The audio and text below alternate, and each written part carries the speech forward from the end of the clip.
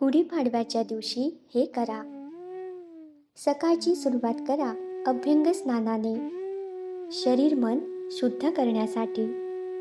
नंतर दरवाजाला बांधा ताज्या फुलांचे तोरण. हे घरात सकारात्मक ऊर्जा आणते. मग घरासमोर उभारा विजयाचं प्रतीक म्हणजेच गुढी.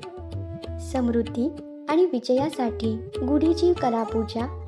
फुलं, हळद कुंकू आणि नैवेद्यासह.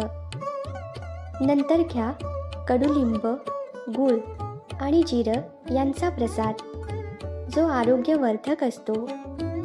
आणि शेवटी करा थोडे दान, ज्याने लाभते पुण्य आणि समाधान. तर अशा हिंदू नववर्षाच्या दिवशी मनापासून भक्तिभावाने साजरा करा गुढीपाडवा. गुढी उभारूया, हिंदू नववर्ष साजरे करूया. गुढीपाडव्याविषयीची विस्तृत शास्त्रीय माहिती जाणून घेण्यासाठी भेट द्या सनातन.org.